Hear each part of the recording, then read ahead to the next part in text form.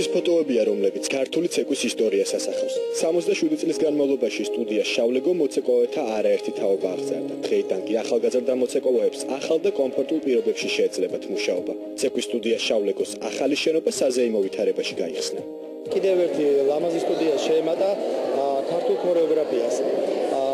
დღევანდელი დღე მე მიუძღვენი მამაჩემის ხსოვნას. ჩვენ შევეცადეთ რომ გაგვეკეთებინა ყველა ადგილი, ყველა დარბაზი, ყველა გასახდელი მაქსიმალურად კომფორტული იმისათვის რომ ბავშვებს საუკეთესო პირობებში ეგზდნოთ თავი.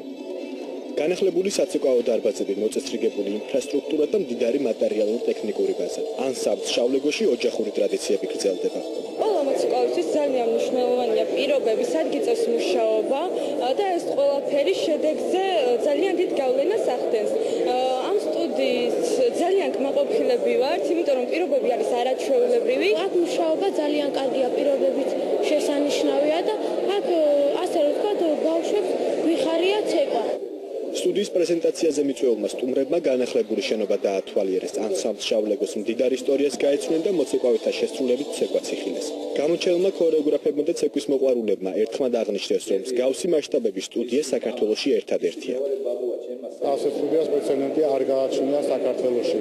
ერთ პიროვნებას ჰქონდეს ასეთი სკოლა, ასეთი უმაღლესი დონის საერთაშორისო სტანდარტების დაცვით, ჩემთვის ზეცნობილი არ არის. მე ვფიქრობ, რომ ეს საქმე ძალიან დიდ ხელს შეუწყობს ქართული ხალხური ცეკვის განვითარებას და წარმოიდგინეთ წლების განმავლობაში რამდენი მოსწავლე, რამდენი ახალგაზრდა, რამდენი ბავშვი გაიზრდება ამ სტუდიაში. სტუდიის გახსნა გრანდიოზული ფეიერვერკით დასრულდა. ანსამბლი შავლეგო პატარა მოცეკვავეებს უკვე ელოდება.